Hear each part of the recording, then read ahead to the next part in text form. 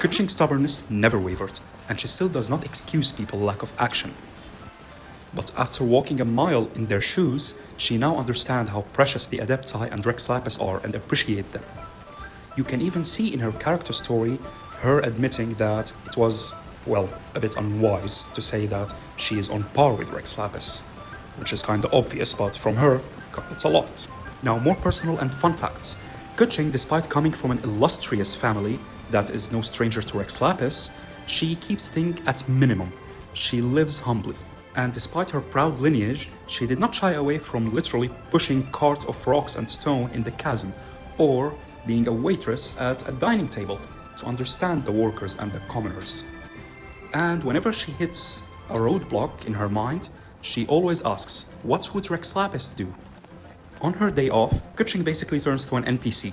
She dressed in very normal clothes, and she go with her friends to places like Feiyun Slope or Chihu Rock, and she likes to do shopping just for the sake of buying things. She actually bought a lot of Rex Lapis figurines, and she says they are for quote-unquote introspection. Yeah, alright.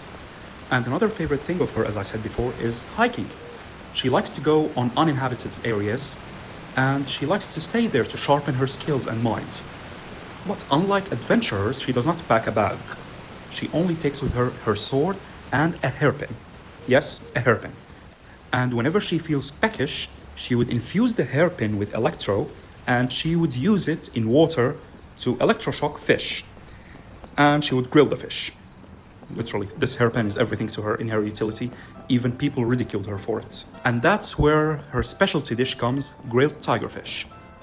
And another fun fact, some say that Keqing's sword art is the same one that Chi-Chi uses. So there's that.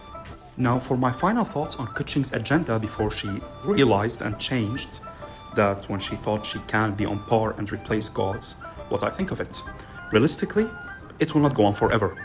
I mean, Liyue is a colossally large nation, and we have seen the necessity of power. And without Adepti or a god's power, Liyue is basically on privileged time.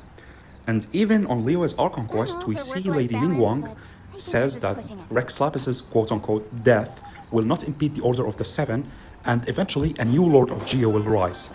And even Zhongli says this is an age of gods and monsters, and he hinted at the possibility of a new god.